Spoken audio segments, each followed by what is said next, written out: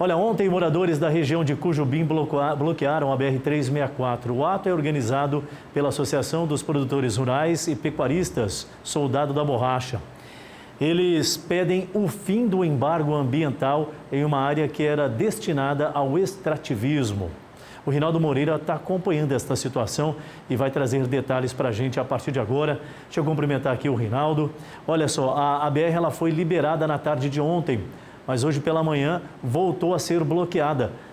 Essa situação, então, está longe de ser resolvida pelo visto, né, ô Rinaldo? Seja bem-vindo mais uma vez. Boa tarde. Boa tarde, Adilson. Pelo que eu percebi ontem, durante o momento que nós estivemos lá acompanhando o início desse protesto dos produtores rurais, não só da região do Soldado da Borracha, como de outras áreas que foram transformadas em reservas ambientais, o acampamento deles tem mantimento para eles passarem lá alguns dias. Eles têm uma previsão de ficarem pelo menos até quinta-feira, que é a expectativa que haja uma conversa mais tete a tete com representantes do governo do estado. Ontem à tarde, o presidente da Assembleia Legislativa, Alex Redani, esteve lá, conversou com eles, se disse solidário à situação deles e falou que está também conversando com outros integrantes do governo para poder ter uma reunião com eles e ver o que pode ser feito quanto à solução desta situação. Eles tinham liberado a rodovia conforme acordo com a Polícia Rodoviária Federal ontem às 18 horas, com a programação de bloqueá-la hoje às 6 horas da manhã, e assim foi feito. Hoje, por volta das 6 horas, eles bloquearam a BR-364, ficando 1h30 interditada, sendo liberada por 30 minutos, fechando novamente, e assim vai ser no decorrer do dia. 1h30 fechada, 30 minutos com a rodovia aberta. A expectativa dos manifestantes é que outras pessoas que estão nessas áreas, que têm sofrido embargos, estão sem condições de emitir os seus GTAs, pudessem auxiliar e formar o maior grupo de pessoas nessa manifestação na BR-364. Por enquanto, sem previsão de um acordo e a liberação total da rodovia. Adilson.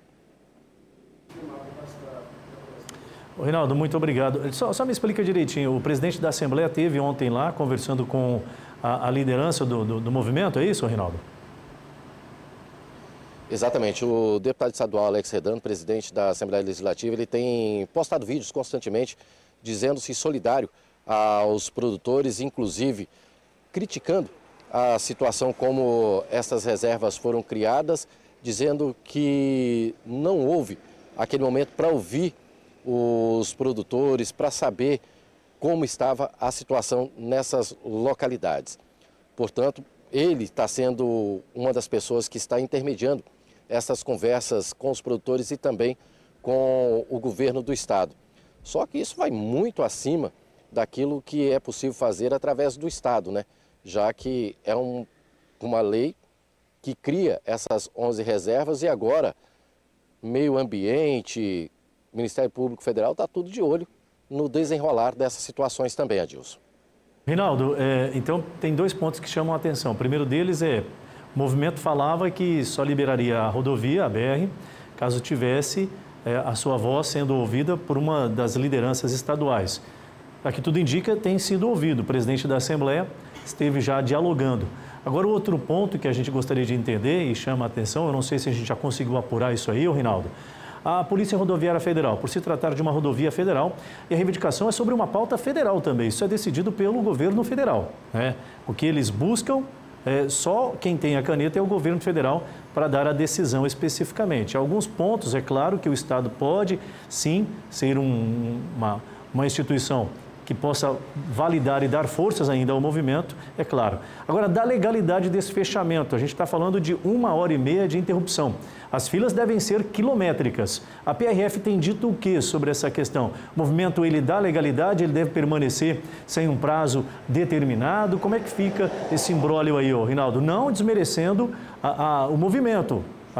Cada um tem as suas justificativas. A gente só tem que entender e explicar para a população aqui do estado de Rondônia que acompanha a Band como funciona a questão da legalidade disso tudo. A PRF já se pronunciou sobre, Rinaldo? Adilson, a PRF emitiu uma nota hoje pela manhã informando exatamente aquilo que eu disse agora há pouco sobre a liberação e interdição da rodovia, que está dessa forma. Ontem, no momento em que nós estivemos acompanhando lá, eu estou falando daquilo que eu percebi ontem, a PRF não estava impedindo que o protesto ocorresse, porém também negociou que fosse liberado a cada 1 hora de fechamento da rodovia, fosse liberado 30 minutos. Outra coisa, veículos de secretarias de saúde, veículos com idosos, eles não eram impedidos de passar. A PRF fazia escolta desses veículos em ambos os sentidos e passava pelo bloqueio que estava sendo realizado ontem na BR-364. Quanto ao questionamento da legalidade de hoje, o que está sendo feito, aquilo que está sendo trabalhado, eu entrei em contato com os manifestantes hoje pela manhã e eles só me informaram que estariam procedendo desta forma.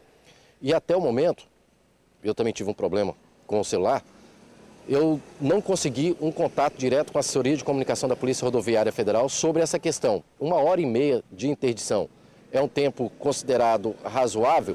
Como é que está também a situação dos motoristas que estão trafegando, principalmente os caminhoneiros que estão trafegando na rodovia? Infelizmente, eu não tive a oportunidade, Adilson, de ter essa informação, ter esse contato com a Polícia Rodoviária Federal agora pela manhã.